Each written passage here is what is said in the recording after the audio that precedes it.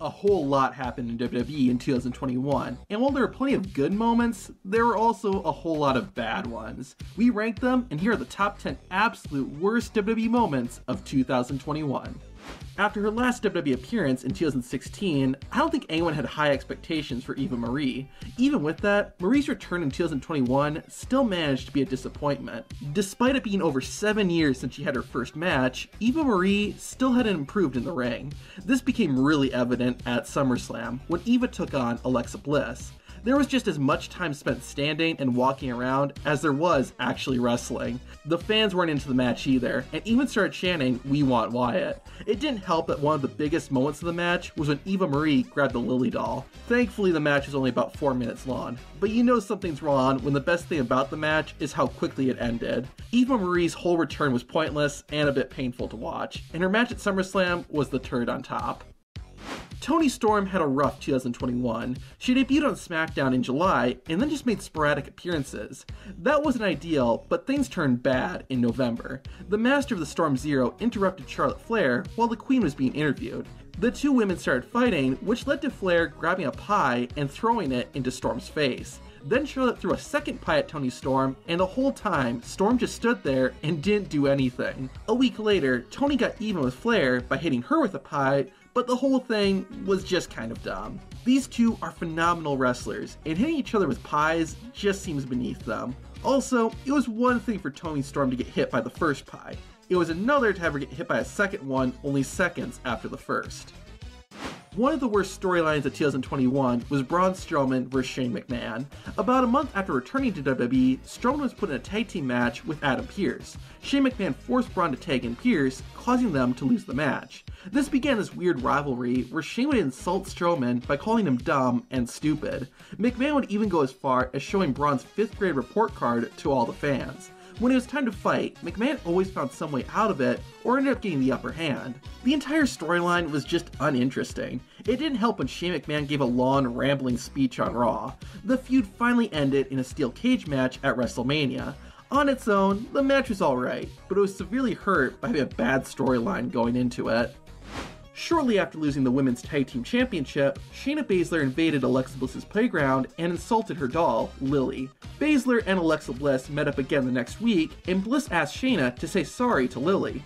Not only did the Queen of Spades refuse to apologize, but she also stomped on the doll. This then caused some freaky stuff to start happening, and Shayna Baszler ran away scared. This MMA fighter even went and barricaded a room to protect herself from a doll. Maybe this could work with someone else, but not Shayna Baszler. Imagine if Brock Lesnar was scared and ran away from a doll. It would be ridiculous. The same is true for Shayna Baszler. She is a legit fighter and is one of the toughest and most dominant female wrestlers in NXT history. I get that WWE probably wanted to make Alexa Bliss this big threat, but come on, did Shayna have to be the victim? During the 2021 draft, the SmackDown Women's Champion, Becky Lynch, and the Raw Women's Champion, Charlotte Flair, were moved to different brands. A title exchange was set up, with Lynch getting the Raw title and Flair getting the SmackDown title. I know it's not like each woman just got a championship for no reason, but it didn't really start either women's title reign off strong. The thing I hated the most is that the exchange made the championships feel more like props and not titles that actually meant anything. It didn't help either that they threw the belts around and kept dropping them. This segment also just had this odd energy to it, like both Becky and Charlotte really didn't want to be there. Luckily, it was just one bad moment, and everyone was able to immediately move on once it was over. The pandemic era was quite the low point for WWE for many reasons. However, it did give us the Hurt Business, a group comprised of Bobby Lashley, Cedric Alexander, Shelton Benjamin, and MVP. It was one of the best things to come out of 2020, and they continued to thrive in 2021. At least they did, until the group broke up.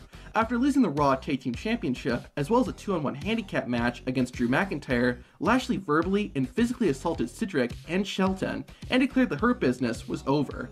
Why do this? The Hurt Business wasn't stale or boring, it was one of the best parts of Raw each week. This was not the right time to break up the group, and WWE eventually realized this. In September, Shelton Benjamin and Cedric Alexander came out during a match between Big E and Lashley.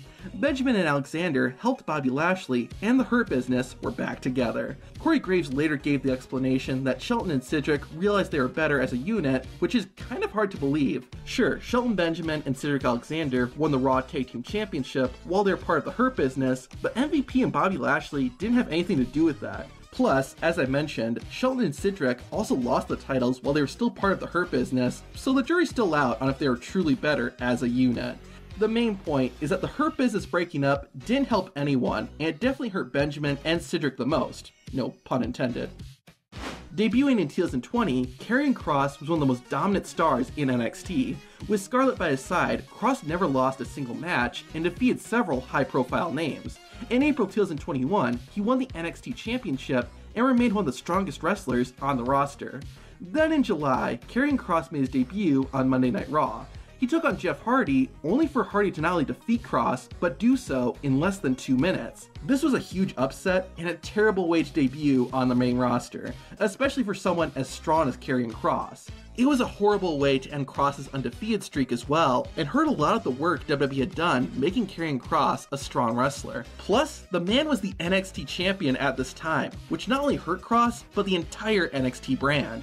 The defeat just felt so pointless and random too, especially since Karrion Kross would win his next several matches on the main roster, including 2 rematches against Jeff Hardy. Then, about a month later, Kross would come out wearing a helmet. I'm personally indifferent about it, but it definitely didn't improve Karrion Kross's career on the main roster.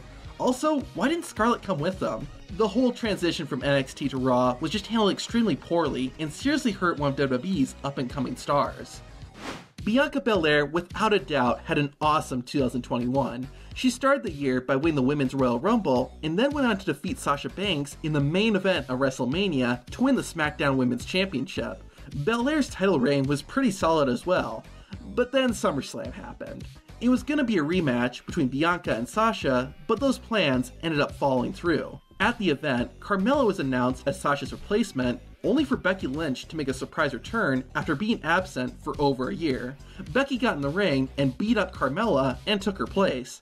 The match then became Bianca Belair vs Becky Lynch, which sounded awesome. Then the bell rang, Becky hit the manhandle slam, and won the championship in 26 seconds. Seriously, that's how Belair's title reign came to an end. I get that the manhandle slam is Becky Lynch's finisher, but Bianca Belair couldn't kick out? It was such a disappointing way to end Belair's championship reign, especially considering how much time had been put into it. The other thing that makes this moment one of the worst is Carmella.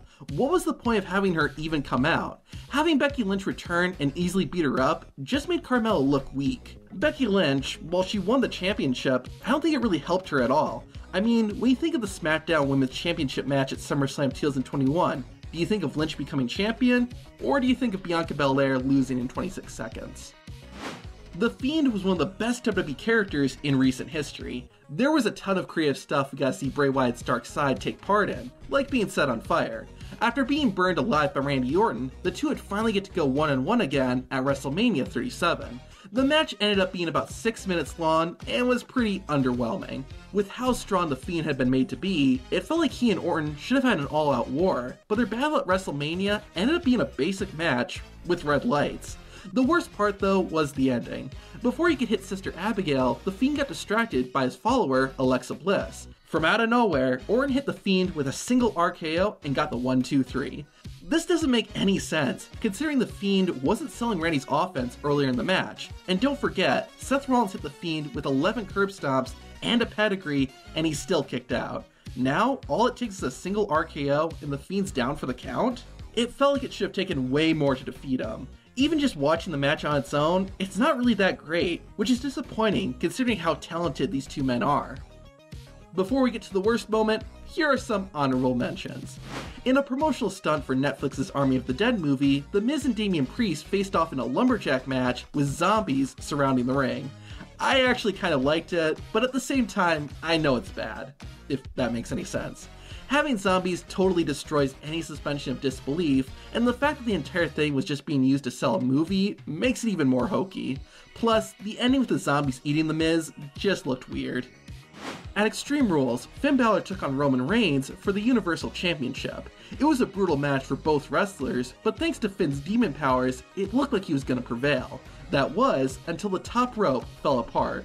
I'm sort of torn on this ending. I like that it's a different way of ending the match, and it allows Finn to still look strong, but Reigns still gets to retain the title. On the other hand, it does also feel a bit lame that the rope just happened to break right before Balor could hit his finisher, especially considering that's like never happened during a WWE match. To be fair, it was clear by the end of 2020 that Retribution wasn't going anywhere.